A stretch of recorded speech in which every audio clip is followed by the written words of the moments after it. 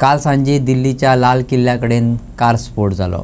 ह्या स्फोटात 8 जाणांक जाग्यारूच मरण येयलें। 24 जाण जखमी जाल्यात। तिगांची भलायकी गंभीर आसा। हे फाटभुंयेर दिल्ली सयत मुंबय आनी यूपीतूय हाय अलर्ट जारी केला।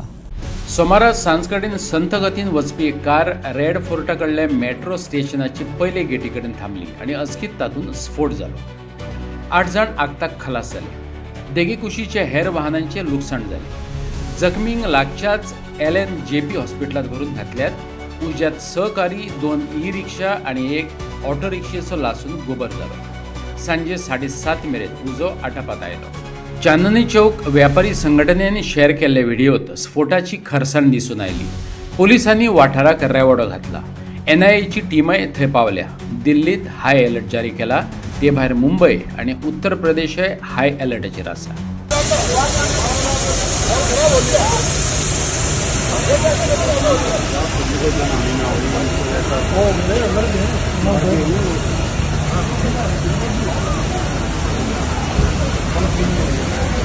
आगे